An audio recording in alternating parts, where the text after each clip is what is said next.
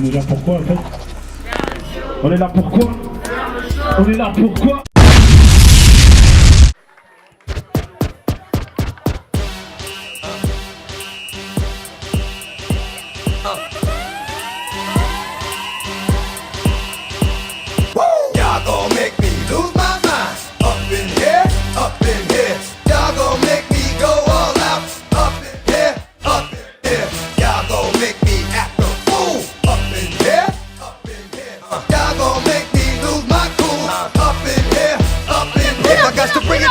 Maintenant, je veux que vous fassiez un maximum de bruit pour Joe Dalton.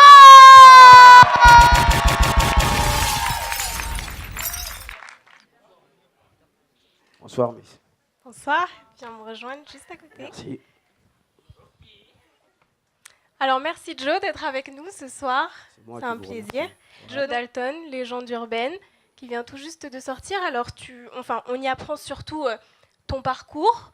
Est-ce que tu peux nous dire un peu comment tu as eu l'idée de faire ce DVD? Ce DVD, il est né parce qu'il y a eu de la demande.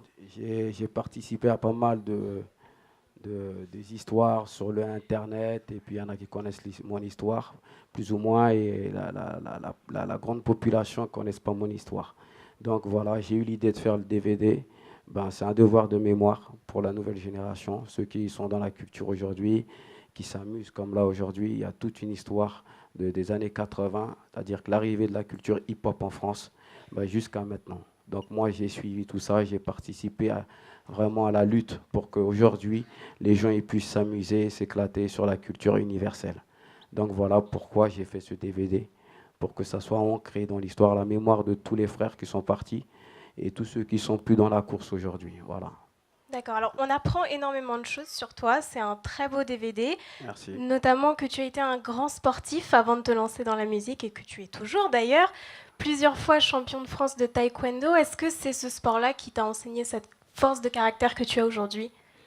Moi, j'étais déjà un guerrier bantou, hein. Donc voilà, tu vois, je suis né déjà d'une crise en Afrique centrale, donc j'ai atterri en France par la force des choses.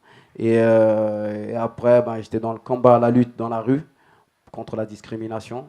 Et voilà, et de là, il y a eu les arts martiaux pour canaliser ma fugue à l'époque, parce que j'étais très fougueux, hein, vu que j'étais dans la rue. Ce sport m'a permis de me retrouver, de savoir vraiment qui je suis.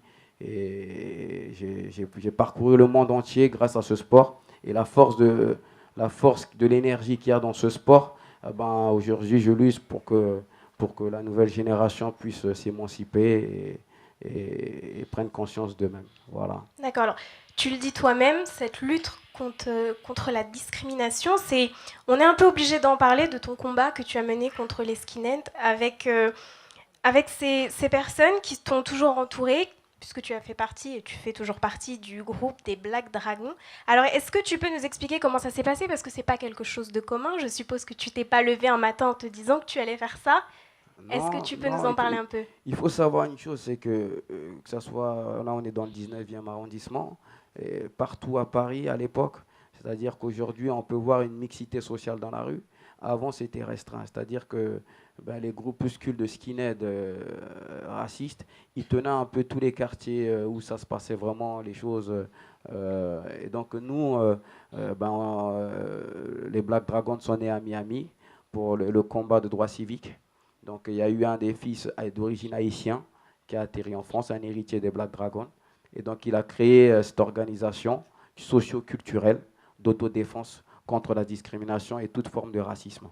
Et donc moi, ça me correspondait tout à fait parce que j'étais révolté et il fallait que je rentre dans une lutte pour me retrouver mon être, pour être moi-même, quoi.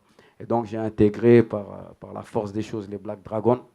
Et c'est ma grande famille. De ce gang est né vraiment les plus gros de la culture hip-hop aujourd'hui, que les gens ils apprécient, ils écoutent. Vraiment les plus gros en France, ils faisaient partie de ce gang-là. C'est-à-dire que c'était notre fraction artistique. Et donc moi, avec mon expérience, j'ai connu les plus gros labels qui ont été sur Skyrock. Moi, on m'a proposé les mêmes contrats qu'eux, mais il fallait qu'on rentre en conflit comme East Coast, West Coast. Et moi, j'ai refusé. J'ai dit, je ne vais pas rentrer dans des guerres de banlieue avec mes autres frères comme Secteur A et tout ça, pour créer du buzz. Donc, on m'a recalé du truc. J'ai dit, bon, je préfère garder ma fierté, porter mes corones. Tu vois, donc voilà, je suis reparti au maquis, voilà, direct.